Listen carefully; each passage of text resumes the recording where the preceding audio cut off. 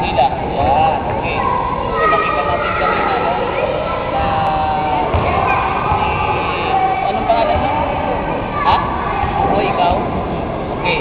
Si Buboy, naligtas ni BJ sa tiyak na kapahamakan kanina dahil anong ginawa ni BJ? Hinila siya. Tayo din, ganun din ang nangyayari sa atin. Kung hindi tayo niligtas ni Jesus, hindi siya nagsakripisyo para sa atin, ano mangyayari sa atin?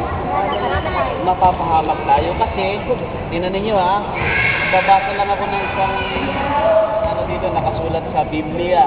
Alam ba ninyo yung 1:26? Sino nakakaalam nun? Hindi niyo pa ba memory verse yun? John 3:16? Oo, alam mo yun? Ah, hindi. O ito, sabi niya, pakinggan ninyo ha. Sabi niya rito, gayon na lamang, makinig, gayon na lamang ang pag-ibig ng Diyos sa sanlibutan, kaya binigay niya ang kanyang bugtong na anak